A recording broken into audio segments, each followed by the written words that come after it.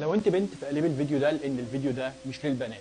اما بقى لو انت شاب فكمل الفيديو ده للاخر. هل تعلم ان ادمان الاباحيه مش بس بيأثر عليك ولكن في شركات بتحقق من وراك مليارات، وكل ده بيكون على حساب صحتك العقليه والنفسيه؟ تغيرات كبيره في كميه المخ بتشبه تأثير المخدرات. ده اللي بيخليك ما تتبسطش بالاشياء الطبيعيه اللي هي بتبسط اي حد. هتلاقي نفسك بتحب تقعد مع الموبايل في اوضتك بالساعات، بتلغي خروجات وبتبعد عن اي قعدات عائليه، بتكون منعزل تماما عن اي اجتماعيات حواليك. احساس بالذنب، عزله، وتاثير على العلاقات.